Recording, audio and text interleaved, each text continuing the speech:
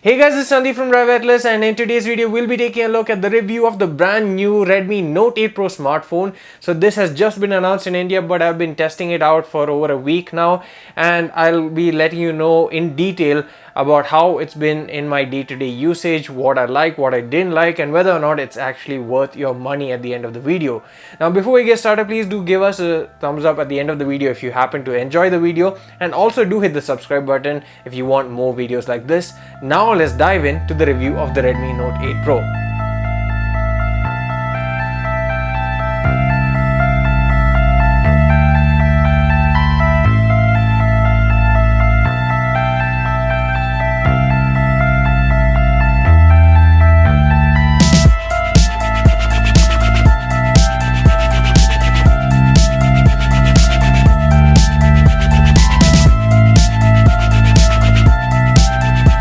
Let me start off the review by talking about the design of the smartphone, and then we can discuss all the other points as well.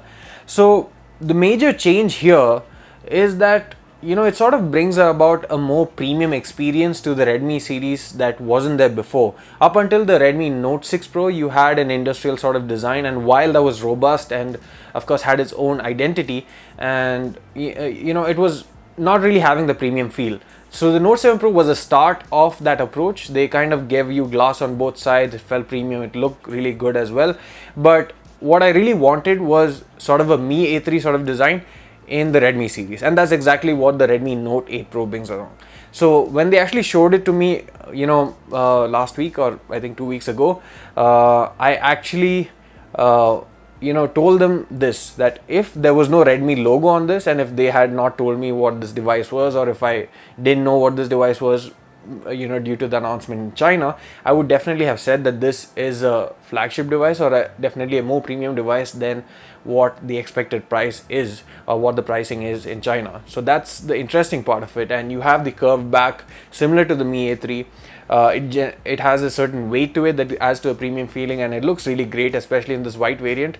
Although my favorite is the green color variant, which looks amazing, and it sort of has the feeling that it's glowing, that the back panel itself is glowing or is backlit, depending on the angle that you look at it. And there's also a more stealthier grayish black kind of variant for those of you who don't like flashy smartphones. But nonetheless, overall the build quality is spectacular. This time it comes with a P2i coating, as usual, but it's also IP52 certified. So you're getting a smartphone that's below 20k rupees and is IP certified. I'm looking at you, OnePlus, because the reason the OnePlus says that they can't certify the smartphones with IP rating is that it's too expensive. But we know where the money is going, and we know that that's just another lame excuse for not getting IP rating.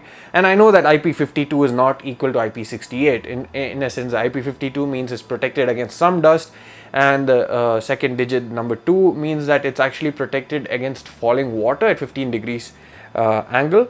So it'll help you in case of a light drizzle, or perhaps in case of accidental splashes. But of course you can't go swimming with it, you can't actually use it on the shower, things like that. But still, IP rating will give you some peace of mind over not having one at all. Now you have Corning Gorilla Glass at the back and at the front. I've been using this without a case.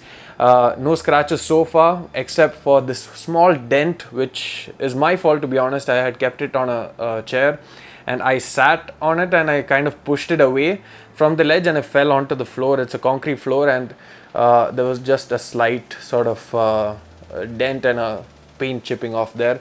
But other than that, no cracks, nothing so far, and that just proves that it is pretty solid in terms of scratch protection and even drop protection.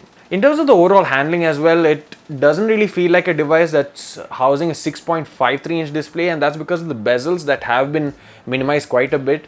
The bottom chin is minimized a lot, and in fact even the top and sides are all pretty minimal, especially for a phone in this particular price segment.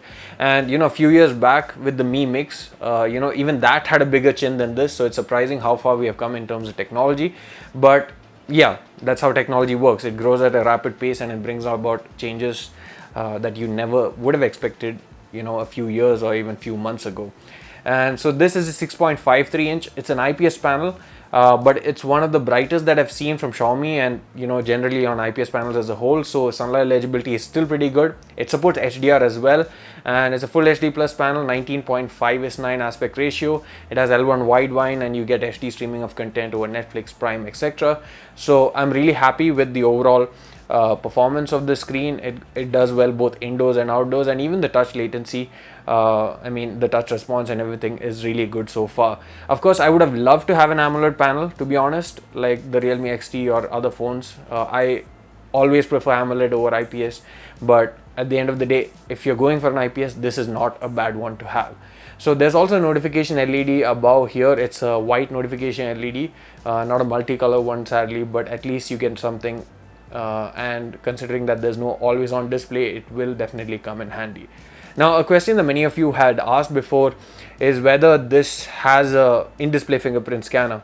But considering that this doesn't have an AMOLED panel, it doesn't have an in-display fingerprint scanner, and they've actually kind of mastered pretty well at the back. So what you actually think is the fourth camera here is actually the fingerprint scanner.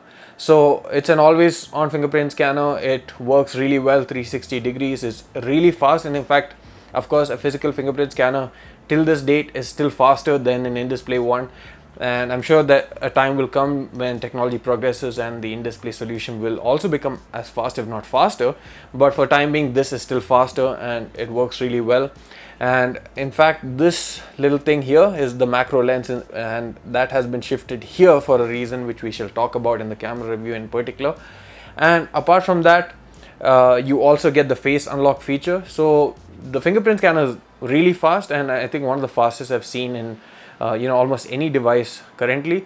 But the face unlock is a bit slow. It relies on the front facing camera, of course, no other Face ID or any fancy hardware for it, but it's a bit slow. There's kind of a latency between detecting your face and unlocking it and getting you onto the home screen, and I hope they kind of improve it with updates. So earlier this year, Xiaomi had kind of announced that they would be partnering with MediaTek to bring a brand new smartphone, and the Note 8 Pro is the smartphone that's packing the Helio G90T chipset. So it's an octa-core chipset. It has 2 A76 cores, high performance cores, as well as 6 A55 cores for low, daily tasks and those kind of things. And of course, a lot of people generally tend to look down upon MediaTek processors, but in my experience so far, this has been a great processor, and I actually compared it in terms of gaming as well as all the other aspects to the Realme XT, for example, and I found this to be better. We'll be doing a gaming review and comparison of sorts very soon, so stay tuned for that, where you can see how it actually stacks up against the Realme XT in terms of gaming. But the performance has been solid on this. The efficiency also has been great. So I don't think there's any reason for you guys to be sad that this comes with the MediaTek processor, except for the fact that perhaps it does kind of limit Gcam and other mods in terms of app support. That's about it. It does support camera to API out of the box, but then considering the chipset, it might take some more time for a proper mod to become available for this device. And that's the only downside that I can see. So it comes with 6 GB or 8 GB of RAM. 6 GB is the base, and that's pretty good considering that you have such a powerful processor. You need something to go alongside it, and we have had no issues in terms of multitasking either. And it also comes with UFS 2.1 storage, and it's available in 64 and 128 GB variants. So the benefit here that I really found was in terms of capturing photos. The Note 7 Pro did have an issue even when capturing 48 megapixel photos, where if you try to capture photos, it kind of did spin around for some time trying to save the photo or write the photo onto the memory. But in this case, it happens in an instant, and there's no waiting that you have to do in order to write even 64 megapixel photos, which are higher resolution and higher file size than even the 48 megapixel ones. There has been a slight change in terms of connectivity compared to the China model. So while the China model had NFC, this one doesn't, but in place of that, you get a separate dual SIM slot, and you get a micro SD card slot as well, a dedicated micro SD card slot. So it's housed in this two different sections. One has just the secondary SIM, while the other one has the primary SIM as well as the dedicated micro SD card slot. And the reason that Xiaomi says is that NFC is not really as widespread a technology in India as it is in China. There are a lot of payments make use of NFC, and payments are very much digital in China. In India, we have kind of bypassed that and gone all the way directly to QR codes, or audio using Google Pay, or even just using mobile number directly. So NFC doesn't really make all that much of a sense, and I kind of think most people would kind of appreciate the extra SIM card slot or the dedicated micro SD card slot over the NFC itself in India, at least in this price segment. It also comes with the Wi-Fi X antenna, so it has an additional antenna here, so that when you're gaming or when you're actually watching videos, etc., when you're holding the phone in such a manner, it actually doesn't block the antennas fully, and it actually knows that you're blocking it here, so it'll actually kind of redirect all the signals and everything to this antenna in the middle, which improves cellular and Wi-Fi connectivity, and as a whole does improve performance while gaming or while watching content on your smartphone. So coming to the audio part of things, this comes with a 3.5mm audio jack at the bottom, and you also have a bottom facing loudspeaker. It's a mono speaker, but in terms of the output, it's decent, not too great I would say, but there's one special feature where it has a self-cleaning speaker. So in the sense that when you're not using it, or when it's actually it feels that it can do it, it actually sends out a silent frequency. I mean, that's a frequency that's inaudible to us humans, and that kind of removes all the debris from the speaker. So dust and sand or these small particles which can get stuck in between the speaker grill, that is automatically removed. And it's a feature that's similar to the Apple Watch, where it actually pushes out water from a speaker whenever it detects that it can do so. So that's another reason why it has the IP52 rating for protection against dust and water. So in terms of the audio quality over the headphone jack is really good. You can drive even higher power headphones with the ease, and even the dynamic range is pretty good, and it also has pretty good bass if you want. And now coming to the camera setup, which is arguably the next main attraction from on this device, apart from the performance itself. So at the back you have a quad camera setup. It's a 64 megapixel Samsung GW1 sensor, f1.89 aperture, 1 by 1.72 sensor size, and you also get a secondary 8 megapixel f2.2 ultra wide angle camera. You also get a 2 megapixel depth sensor with f2.4 aperture, and lastly a macro sensor. It's a f2.4 2 megapixel macro sensor as well. And overall the camera setup seems very promising in our time with it so far. We'll be doing a camera review, also a detailed camera comparison with the Realme XT, so do check out both those videos as well and you'll get an idea. And you also have a 20 megapixel f2 sensor that's housed within the water drop notch up front. And speaking of which, you can also hide the notch. It's available in the settings right away, so if you want to do that, you can do that as well if you don't prefer the notch cutting into your screen viewing experience. Now, other than that, the last thing to talk about is basically the battery. And I think for the first time in a really long time, I'm not sure exactly, I think the Note 3 was the last device to have a smaller battery, but ever since the Note 4, all Note series devices have had 4000 mAh battery, be it the Pro or non-Pro model also. And this is the first time that you're getting a 4500 mAh battery. And what that results in is obviously better battery life coupled with the higher efficiency chipset as well. So on really good days we got close to 10 hours of screen on time, which is great, and considering that the previous Notes gave around 8 hours of screen on time, I think you're getting plus or minus 1 to 2 hours of screen on time with a single charge. And that's good for most people for 2 days, and some heavy users like me will find it easy to last an entire day of use with no issues at all. Now it charges over USB Type-C. Starting with the Note 7 series, we got the Type-C port, and this continues that tradition, but this also has 18-watt fast charging, and it even comes in the box, so you don't have to buy a separate charging brick in order to charge at the full speed possible. What the 18-watt charger means is that you can top up your phone from 0% to 100% in 1 hour and 20 minutes, and in 70 minutes, that is 1 hour and 10 minutes, you can get it from 15% to 100% charge using the bundle charger.